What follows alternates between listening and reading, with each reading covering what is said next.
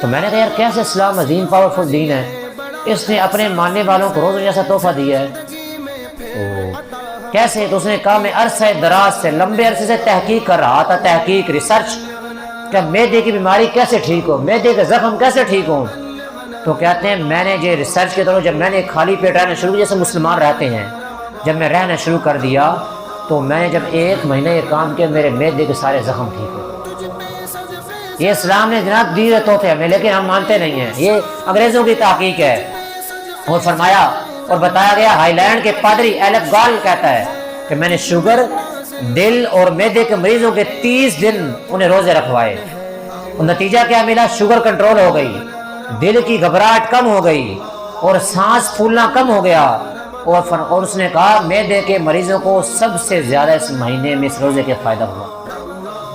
یہ روزے محبوب نے کیا فرمایا؟ آپ ہر فرمان حق اور سچ، کیا فرمایا؟ روزہ رکھو صحت یاب ہو جاؤ گے۔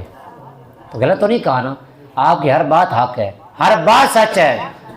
اور ایک جو ہے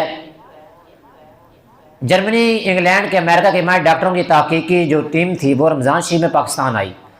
جب باب المدینہ کراچی میں آئے، لاہور، مختلف ان لوگوں نے شہروں کا تحقیق کرنی تھی، جب سروے کر لیا تو ان لوگوں نے بتایا کہ چونکہ مسلمان نماز پڑھتے ہیں اور رمضان میں اس کی زیادہ پابندی کرتے ہیں، اس لیے وضو کرنے سے ENT یعنی ناک، کان، گلے کے امراض میں کمی واقع ہو جاتی ہے، اور نیز مسلمان روزے کے باعث کم کھاتے ہیں، لہٰذا معدے، جگر، دل اور پٹھوں کے امراض میں کمی مبتلا ہو جاتی ہے۔ ہم پورے سے جہاں دوائیاں، بڑی دوائیاں کھاتے ہیں پٹھوں کی، کبھی یہ کبھی ہو، اس میں یہ نہیں پتہ کہ آسان علاج روزے کے اندر ہے کہ روزہ رکھو ٹھیک ہو جاؤ گے، اور یہ جتنا خوب ڈٹ کر کھائیں گے۔ ابھی یہ نہیں کہ پورا دن جہاں بھوکے رہے، ٹھیک ہے،